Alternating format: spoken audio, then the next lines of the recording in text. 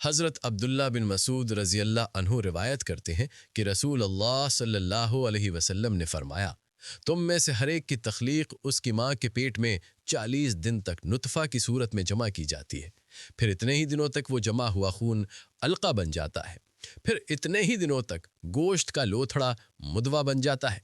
پھر اللہ تعالیٰ ایک فرشتہ بھیجتا ہے اور اسے 4 باتوں کا حکم دیا جاتا ہے: اس کا رزق لکھ دے، اس کی عمر لکھ دے، اس کے اعمال لکھ دے، اور یہ کہ وہ بدبخت ہوگا یا نیک بخت۔ پھر اس میں روح پھونک دی جاتی ہے۔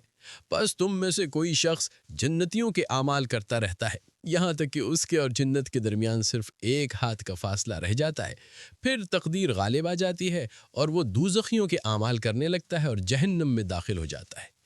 اور تم میں سے کوئی دوزخیوں کے اعمال کرتا رہتا ہے، یہاں تک کہ اس کے اور جہنم کے درمیان 1 ہاتھ کا فاصلہ رہ جاتا ہے۔ پھر تقدیر غالب آ جاتی ہے اور وہ جنتیوں کے اعمال کرنے لگتا ہے اور جنت میں داخل ہو جاتا ہے۔ حدیث درج ذیل مستند کتب میں موجود ہے۔ صحیح بخاری حدیث نمبر 3208، صحیح مسلم حدیث نمبر 2643۔ مختصر تشریح: یہ حدیث انسان کی تخلیق کے مراحل، تقدیر یعنی کہ قسمت اور اعمال کی اہمیت کو بیان کرتی ہے۔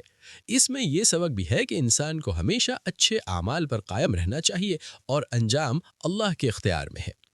تقدیر کے حوالے سے ایک ضروری وضاحت: امام ابو حامد الغزالی رحمۃ اللہ علیہ کے مطابق تقدیر یہ ہے کہ اللہ کو ہر چیز کا پہلے سے کامل علم ہے اور سب کچھ اسی کی مشیت سے ہوتا ہے، لیکن انسان کو ارادہ اور اختیار دیا گیا ہے، اسی لیے وہ اپنے اعمال کا خود ذمہ دار ہے۔